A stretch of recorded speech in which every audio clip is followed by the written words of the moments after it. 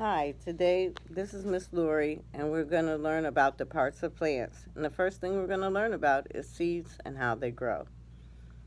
Tower garden seeds are planted in wool cubes covered with vermiculite and given only water to germinate. And when you look at a soaked bean, you will be able to see what is inside the seed when it begins to sprout. But every seed consists of three main parts. The embryo is a tiny plant in the seed that may grow roots, stem, and leaves under proper conditions. The second is the food supply. It surrounds the embryo and is the seed's only source of nourishment as it pushes through the soil to grow. When leaves grow and manufacture food through photosynthesis, through the light that is hitting the plant no longer needs the seed's food supply. The food supply for a bean is used up in about 2 weeks. And third, you have the seed coat. It is a protective covering for the developing embryo. It helps protect the inside of the seed from insects, disease, and damage. And sometimes the seed coat is smooth and paper thin, like that of a kidney bean. But a coconut has a thick, hard seed coat, and the seed cannot grow until the seed coat is broken. So, all organisms have external parts, meaning outside parts. And plants have different parts: roots, stems, leaves, flowers, and fruits that help them survive and grow. But plants and animals have both internal and external structures that serve various functions in growth, survival, behavior, and reproductions. Um, you will be amazed how many foods are seeds, especially wheat, bread, rice, and corn are seeds. Some will argue that beans and nuts are not seeds because they are foods and only the ones from the seed packs are true seeds. But many believe that seeds need light to grow because they know the plants need light to grow. So you and some people think you only have to have soil for a seed to grow, but as you can see at the tower garden, you don't need soil. So we're not using dirt. So seeds and how they grow. This is what we saw when we saw this tower garden sprouting.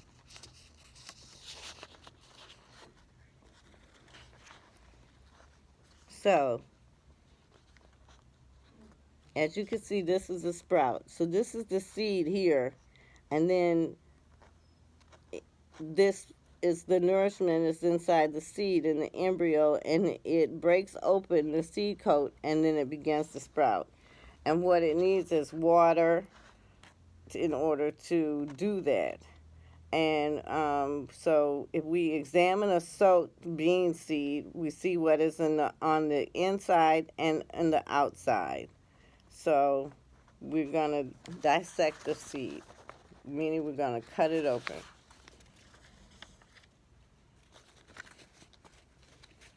So what I'm going to send you is a lima and a kidney bean that have been soaked in water. I'm going to send you some lima beans and kidney beans, and you're going to take one that has been soaked and one that has not been soaked, and you're going to let it soak inside the water and see what happens. The dry ones are not going to do anything, but the ones soaked in water will. So on the outside of your seed, you're going to see the seed coat. That job is to cover and protect the seed from insects, disease, and damage. So if you take one soaked seed and you take your toothpick, you're going to look and see that there is something that when you open it up, it's like a little leaf inside. And that is going to be the food is stored on this side of your bean, and the plant is inside this side of the bean. And the plant eats the food that's inside the bean. So the embryo is the baby plant. Here's your seed coat, and here's your food source. The embryo has a leaf part called the shoot, two leaves overlapping, and a root. And if you look, you'll see. And which part is going to grow up when you have light? It's going to be this here, which is going to start coming up through the dirt or through your wool cube, and it's going to start to have the leaves so that the leaves should give the plant light. But the other part, the food source, is going to pretty much be eaten up by this sprout. And then right here, the root is going to grow, and it's going to grow down. It's going to grow down, as I showed you the roots in the seeds, in the sprouts. The roots are going to go down, and that's what is going to nourish the plant. So it's going to get nourished from the upper, from the light, and it's going to get nourished from the lower, from the root. Now, if you look at this solid interior inside of the seed, is the food source for the embryo. And it has the nutrition for the embryo to get the energy to grow. But the seed has to get wet first to soften the food source. And how does that happen in nature? It would be rain softens the seed coat. That water softens the seed. So now that you have seen the inside of a seed with the embryo shoot with leaves and the embryo root, how do you think the plant will grow? The plant will grow up with the green part, and the plant will grow down with the root part. And what does it need to grow? It needs food. And what do we use as food? Is nutrients and water. And the soil will have nutrients if we were growing it in the ground. But the vermiculite, the fertilizer we use, has the nutrients as well, because ours are organic. And do you think you could grow seeds without soil? You could. And that's what we're going to do.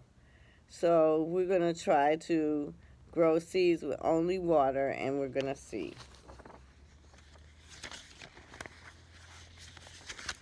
So that's our first lesson with the tower garden, is seeds and how they grow.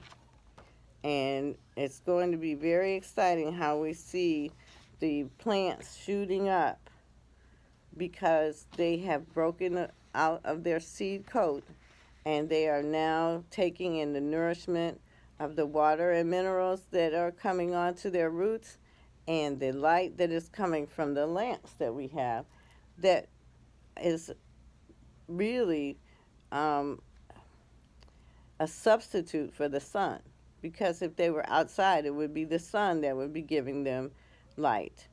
So we have set the tower garden so that it shows light during the day more, and then at night it doesn't show the light as much, because it's like replicates the darkness. So it shows light a lot during the day, and at night it doesn't come on that much for light. But it shows has water fountains that do water the seeds every now and then, so that the seeds can get the nourishment, the roots can get the nourishment that they need inside the wool. So thank you, and next week we'll learn more about the roots and what does a root do for a plant. Okay, so have a great day. This is Miss Lori signing off.